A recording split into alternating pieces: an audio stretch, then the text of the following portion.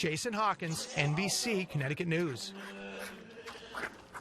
All right, I had to let the sound go there. We're not talking about wild boars or anything like that. We're actually talking about our Dogologist segment. And today we're going to take a slightly different turn to consider how the role of dogs and cats in society is changing, and to the fact that increasingly our pets are attaining even legal rights, much like people have. And joining us to talk about it today is Francis Schroeder from Dogology and David Grimm, who is the author of Citizen Canine. I love that name.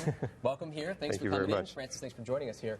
And, you know, let's first talk about what's going on as far as your book goes. And, you know, you talk a lot about, well, first of all, what was inspired? What was your inspiration for it? Well, that's a good story in itself. That is a good story. I mean, it's a little bit of a sad story, but with a happy ending. My wife and I adopted a couple of kittens about 9 years ago, and our male cat went into kidney failure just a few months after we got him.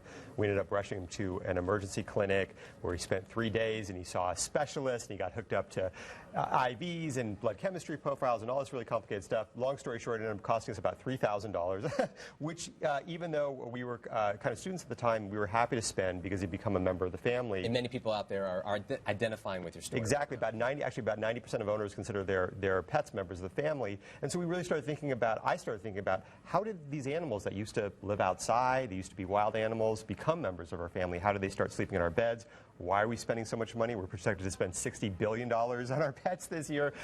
And so the impetus of the book was figuring out how we got here and also where we're going from here. Okay. Francis, how did you find out about David's book, Dogology? We heard about the book earlier in the summer, and we're incredibly intrigued with the ideas and the science of the evolution of dogs and cats to becoming basically family. I mean, that's what we believe, so we loved the whole story, and we really wanted to share it with our community. So we invited David to join us. Many people think of their pets as family, but you're talking about pets actually becoming maybe even a legal part of our family. Talk a little bit about that, because you talk about it in your book. Yeah, it's what a lot of people don't realize is under the eyes of the law, cats and dogs are property, which means that they're no different from toasters in the eyes of the law. But we started to see some changes in that. People may have heard about pet custody cases where couples are fighting over cats and dogs. Cats and dogs can inherit money now. There's even been a few cases over the past few years that I've talked about in the books where dogs have been assigned lawyers.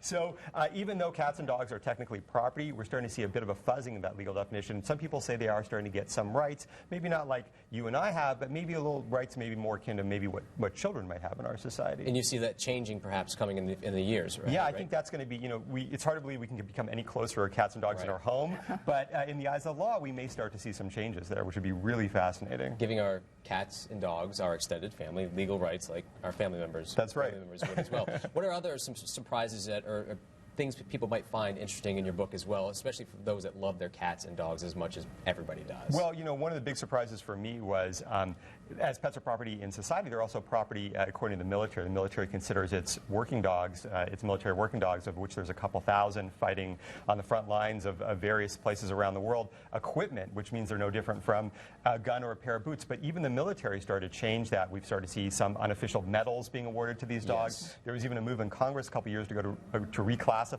military working dogs as canine members of the armed forces. Rightly so, which would be amazing. And so even in the military, we're starting to see this evolving status of pets. Great. And for folks that want to learn more about David's book, where can they find it?